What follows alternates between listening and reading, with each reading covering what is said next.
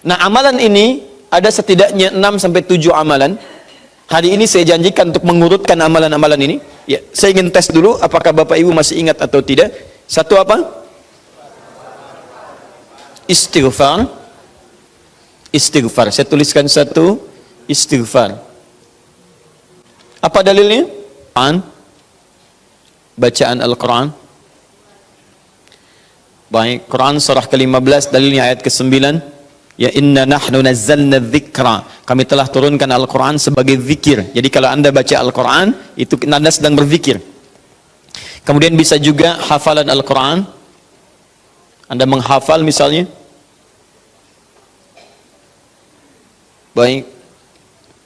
Misal Anda tidak membaca, tapi selesai sholat Anda membacakan ayat-ayat Quran sebagai hafalan. Ada ayat kursi misalnya, ada 3 surah yang terakhir, ada kemudian ayat pertama sampai 5 misalnya, Al-Baqarah, ya ada ayat-ayat yang lainnya, hafalan misalnya. Begitu Anda bacakan, Anda sedang berzikir. Dalilnya Quran surah ke-54, ayat 17, ayat ke-22, ayat 32, ayat ke-40. Ketika Allah menyebut para penghafal Quran, menyebutnya dengan proses berzikir. Walaqad yassarnal Qur'ana lidzikri. Kami telah mudahkan Al-Quran sebagai zikir. Ya, hafalan di sini zikir. Untuk dihafal, untuk berzikir. Jadi kalau Anda pasca sholat kemudian membaca ayat-ayat Quran dalam hafalan bukan menggunakan mushaf, maka Anda sedang berzikir kepada Allah Subhanahu wa Ta'ala. Dan nilainya 4 kali lebih banyak dibandingkan dengan yang membaca. Ya.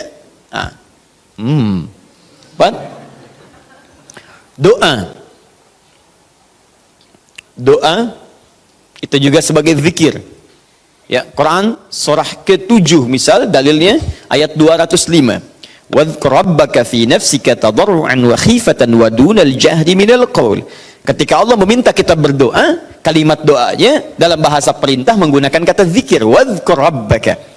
Ayo minta, berdoa, sebut zikir kepada Rabbmu dalam dirimu dengan perasaan penuh harap, penuh ketawaduan. Minta kepada Allah. Jadi ketika Anda diminta untuk memohon berdoa kepada Allah, kalimat doa itu menggunakan zikir. Jadi ketika Anda sedang berdoa, Anda sedang berzikir. Bukankah saat berdoa Anda ingat kepada Allah? Bukankah saat berdoa keadaan Anda menjadi lebih dekat dengan Allah? Nanti kita akan lihat doa apa yang biasa dibaca Nabi pasca sholat dan seperti apa cara memohonnya. Ada rahasianya.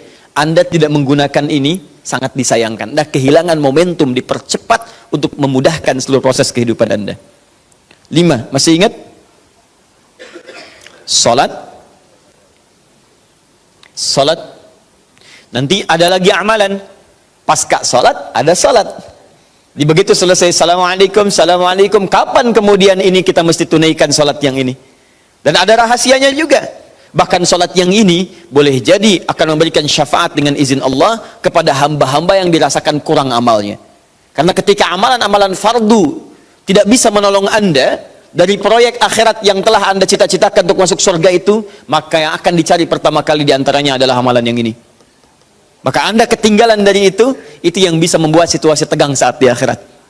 Hati-hati, Anda ketinggalan handphone, perasaan luar biasa sedihnya. Balik lagi ke Andur, dicari-cari lewat CCTV. Tapi Anda ketinggalan yang sunnah, kenapa tidak Anda buru kemudian? Tadi nggak sholat sunnah, besok lagi, Masya Allah. Belum tentu besok dia hidup. Dalilnya Quran surah ke-20 ayat ke-14. Ya, innani anallahu la ilaha illa ana fa'budni wa aqimis salata lidzikri. Saya Allah, tidak ada Tuhan yang layak disembah kecuali saya. Sembah saya. Bagaimana cara nyembahnya? Tunaikan salat sebagai zikir kepada saya. 6. Memperbanyak menyebut Allah, menyebut nama Allah atau juga dengan al-asmaul husna. Al-Asma'ul Husna. Dalilnya Quran surah kedua Al-Baqarah ayat 152. Fadhkuruni adzkurkum. Ayo cepat sebut nama saya, maka aku pun akan mengingatmu. Aku menyebutmu. Di orang yang selalu ingat Allah, nanti Allah akan ingat pada dia. Nanti saya kasih tahu rahasia yang paling besar. Bahkan ada orang yang saat membutuhkan ya dalam persoalan kehidupan kepada Allah, sebelum dia minta, karena Allah telah mengingatnya, Allah ringankan aktivitas kehidupan dunianya. Dia bukan nggak punya masalah, jadi kayaknya nggak kelihatan punya masalah, cuman setiap akan mengalami masalah diringankan oleh Allah sehingga seakan-akan nggak punya masalah. Nanti ini yang akan sangat menentukan bagian yang keenam ini, apakah hidup kita akan semakin mudah atau mendapati kesulitan yang berliku. Sebut nama Allah. Ya, bagaimana cara menyebutnya? Bisa disebut nama Allah langsung, bisa disebut dengan Asmaul Husna. Di mana dalilnya? Quran surah ke-17 nanti dari ayat 110 sampai 111-nya. Di ayat 111 tegas dikatakan, "Qulid'ullaha." Ayo sebut Allah, panggil, katakan Allah. Awidur Rahman atau Ar-Rahman, ayyamma tad'u falahul asmaul husna. Maka kapanpun Anda bisa memanggilnya, memintanya, Anda boleh memanggil dengan nama yang terbaik sesuai dengan kebutuhan Anda.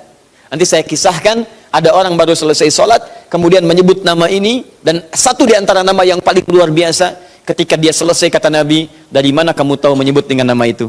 Tahukah engkau, jika engkau melakukannya, maka engkau telah memanggil Allah, yang dengan panggilan itu, jika meminta akan segera diberikan, jika berdoa akan segera dikabulkan.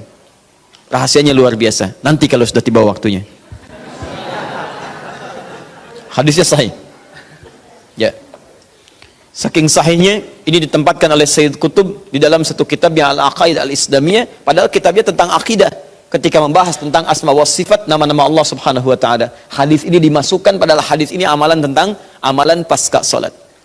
Ketujuh, bagian terakhir, bukan amalan biasa, tapi semua amalan ini akan dibawa kepada seluruh aktivitas hariannya.